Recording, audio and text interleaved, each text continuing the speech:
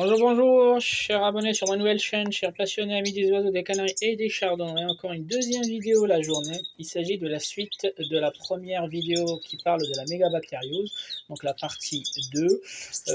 Pour les téléspectateurs qui n'ont pas encore vu cette première vidéo, je vous invite à retourner la voir. Elle va vous expliquer les deux premiers axes du chapitre, c'est-à-dire le fonctionnement du corps d'un oiseau avec les organes principaux, ce qui se fait comme traitement sur chaque organe, à savoir le jabot, la proventricule et le gésier.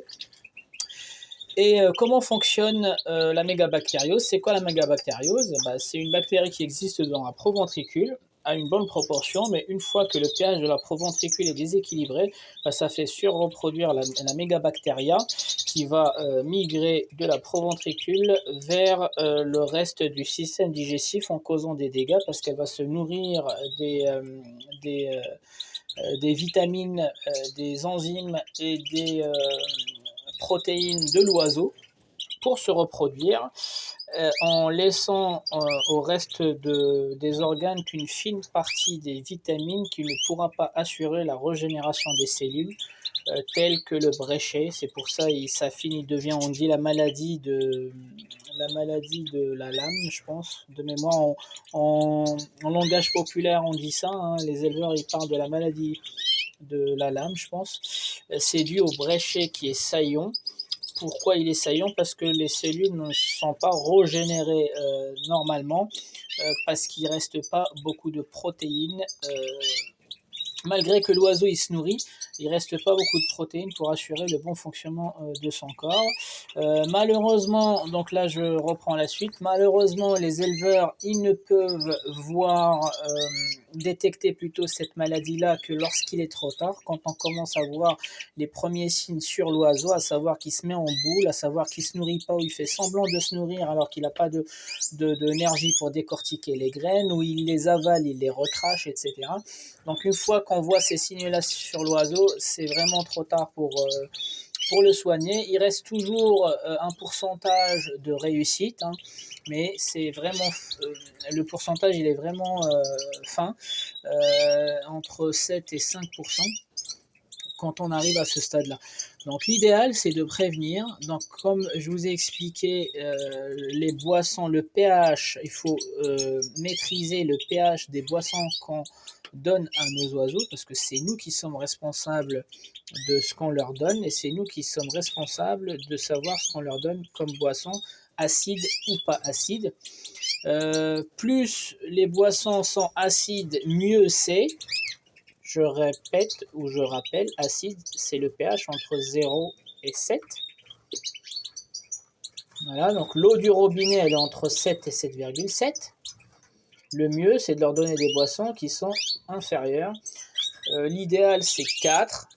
Et pour faire descendre le pH ou l'acidité d'une boisson, la technique, on la connaît tous, c'est rajouter quelques gouttes de vinaigre de pomme. Mieux vaut qu'il soit bio que chimique, parce que c'est toujours mieux de travailler avec des produits qui sont bio. Donc voilà, donc la prévention c'est simple, c'est acidifier en permanence les boissons qu'on leur donne, même si on leur donne que de l'eau du robinet, n'hésitez pas à mettre quelques gouttes pour faire baisser le pH. Donc un pH qui est bas ici, il va rentrer bas, il va sortir bas, il rentre bas, il sort bas, et la mégabactériose elle est maintenue ici. Parce que dès que le pH il monte dans le système digestif, la mégabactériose va quitter la proventricule pour aller faire causer des dégâts dans le reste du système digestif. Donc maintenant, quand on a un oiseau qui a la mégabactérie, ou qui a la maladie de la proventricule, comment le soigner? Donc les signes, on les reconnaît, hein. Un oiseau qui est malade, c'est un oiseau qui va se mettre en boule, c'est un oiseau qui reste statique, c'est un oiseau qui dort la nuit, c'est un oiseau qui mange mal, c'est un oiseau aussi qui a des fientes qui reflètent en fait sa santé. Un oiseau qui a des fientes liquides ou des fientes blanches ou un machin, c'est qu'un oiseau qui a quelque chose. Donc pour les soigner, la mégabactériose, il y a ce qu'on appelle le Baitril. Vous connaissez ou vous avez entendu parler. Donc c'est du Baitril 10%. Il existe aussi, je pense, en 5%. Donc c'est ce produit-là. On peut l'appliquer nous-mêmes à condition de respecter en fait les proportions. Donc c'est 2 ml par litre d'eau. Voilà, donc quand la mégabactérie est au premier stade, on sait la traiter avec ce produit-là, avec de l'eau, le Bytril à 10%. Voilà, 2 ml pardon, par litre d'eau. Et par précaution, vous pouvez traiter l'ensemble de vos oiseaux. Si vous avez un oiseau qui est dans une volière, il faut absolument traiter l'ensemble de la volière. Si c'est un oiseau qui est dans une cage à part, vous pouvez le traiter à part. Donc, juste entre parenthèses, la plupart des gens, ils croient que la mégabactérie, elle est contagieuse. Elle ne l'est pas. On vient de voir qu'elle est propre au système digestif. C'est le système digestif, plus particulièrement la proventricule, qui cause en fait le déséquilibre de la mégabactérie. Si l'autre oiseau qui est en bon état, lui, il a aussi sa mégabactérie, mais par contre, si sa proventricule elle a un pH entre 2,5 et 3, il ne peut pas tomber malade. Il ne peut pas tomber malade parce que c'est le pH, en fait, la commande de la mégabactérie, c'est le pH de la proventricule qui le gère. Donc ça ne se contamine pas. La plupart des gens qui parlent de la mégabactériose ne savent pas ou ne maîtrisent pas en fait le fonctionnement de la mégabactérie. La mégabactérie ne se propage pas d'un oiseau à un autre, contrairement à la coccidiose. Pourquoi? Parce qu'elle est propre au système digestif de chaque oiseau et elle est propre au pH de la proventricule. Voilà, mais il faut éviter, il faut par précaution, parce que si l'oiseau malade, il est dans la même cage que l'oiseau qui n'est pas malade, l'autre il va manger dans ses fientes, ça va quand même lui causer la coccidiose plutôt que la mégabactériose, et les gens ils pensent que c'est l'oiseau malade de la mégabactéria qui a contaminé l'autre, il y a la mégabactéria, donc il va commencer à le traiter avec avec des médicaments qui ne sont pas qui ne correspondent pas à la coccidiose mais à la mégabactéria, et c'est comme ça qu'on commence à faire n'importe quoi dans l'élevage. Donc si vous savez pas, il y a des groupes sur Facebook, il y a des gens sur des forums, posez-leur la question et évitez de faire n'importe quoi et traiter n'importe comment vos oiseaux. Vous risquez plus de les rendre malades que de leur faire du bien ou de les soigner. Donc je reviens sur la mégabactérie. Donc le remède principal, c'est du Bytril à 10%. Vous pouvez aussi en trouver à 5 ou 5,5%. Les proportions, c'est 2 ml par litre d'eau. Si l'oiseau malade est dans une volière, vous le laissez, mais vous traitez l'ensemble de la volière. S'il est dans des cages, vous le traitez tout seul. Vous le traitez tout seul. Par contre, si vous lui présentez les mêmes aliments, le même régime alimentaire que les autres, il faut aussi les traiter parce qu'il est peut-être le lièvre dans la maladie. C'est-à-dire il est le premier à tomber malade, mais quand vous donnez le même régime alimentaire aux autres, les autres aussi vont pas tarder à l'avoir. Donc dans tous les cas, moi je vous propose par sécurité, par prévention, de traiter l'ensemble de votre élevage et vous focaliser sur les cas qui montrent des signes de faiblesse, un bréchet saillant, etc.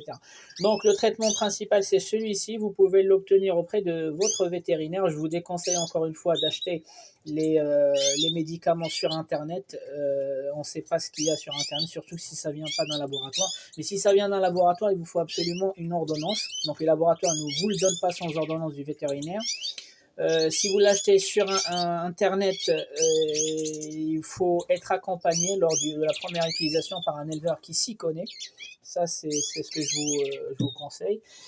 Par contre, il y a une étape où il arrive que la mégabactérie, elle s'est tellement développée dans la globalité du système digestif de l'oiseau, qu'elle n'est plus une bactérie. En fait, elle s'est tellement développée, il y a tellement de cette bactérie dans le système digestif qu'elle est devenue un cancer, un champignon plutôt. La même chose chez les humains, c'est un cancer, donc un champignon qui se développe, donc tous les ans, je ne sais pas combien de millions de cellules de ce champignon. Et quand ça se transforme en champignon, donc quand elle est dense, ça se transforme en champignon. Et quand elle se transforme en champignon, il y a ce qu'on appelle le fangisone. Le deuxième traitement, c'est le fangisone.